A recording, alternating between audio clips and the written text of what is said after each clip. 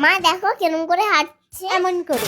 দাঁড়া, তুই বিকলাঙ্গ বাবাকে দেখে পরিহাস করিস? যা, আমি তোকে অভিশাপ দিচ্ছি, তুইও বিকলাঙ্গ হয়ে যা।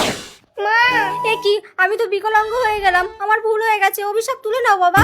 অভিশাপ আমি ফেরত নিতে পারবো না, কিন্তু তোর মেয়ে বড় হলে যার সাথে বিয়ে ঠিক হবে সেই ছেলে যদি তোর গলায় মালা দেয় তবেই তুই অভিশাপ মুক্ত হবি। তবে এই অভিশাপের কথা কোনোদিন কাউকে বলবি না।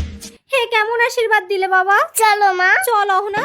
কি ব্যাপার মাধবী, তুমি কাজ করছো, আমাদের সেই কাজের মহিলা মেঘলা আসেনি? এই তো আমি এসেছি মালিক, যত কষ্ট হোক কাজ তো করতে হবে। আরে কে এটা? এটা আমার মা। আরে কি অবস্থা হয়েছে এর? এই মেঘলা, তুই আর কাজ করতে পারবি না, যা বাড়ি যা। কি গো, থাক না, বেচারা স্বামী মারা গেছে, ওর মনে হয় কোনো অসুখ করেছে, ও যতটুকু পারে করবে, বাকিটা আমি করে নেব। তোমার সত্যি মায়া মাধবী, ঠিক আছে ওকে কাজ করতে বলো। মন খারাপ করিস না মেঘলা, আমি তো আছি। মা আমি করে দেবো।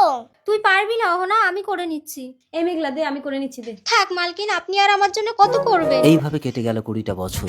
মা দাও, আমি ঝাড় দিয়ে দিচ্ছি। তোকে করতে হবে না অহনা, আমি করে নিচ্ছি। এই মেঘলা, আমি তোর মেয়ের জন্য জানিস একটা ছেলে দেখেছি, ছেলেটা 4টে অনাথ আশ্রম চালায়। আমি বলেছি অহনা আমার মেয়ে, তুই ভুল করেও যেন বলিস না ও তোর মেয়ে, বলবি তোর বোন হয়, মালিক এক্ষুনি ছেলেটাকে নিয়ে আসছে। মা আমি তো মালকিনের ছেলেকে ভালোবাসি। চুপ কর। কি হয়েছে অহনা? দেখো না মৌখিক, তোমার মা আমার জন্য ছেলে দেখেছে। চিন্তা করো না অহনা, সব ঠিক হয়ে যাবে। উজ্জ্বল বাবু এসো। নমস্কার। এসো বাবা, বসো। মা অহনা আয়, এটা আমার মেয়ে। আরে আমার ছেলে মৌখিক। আর ইনি কে? ওটা তোমার বড় মেয়ে।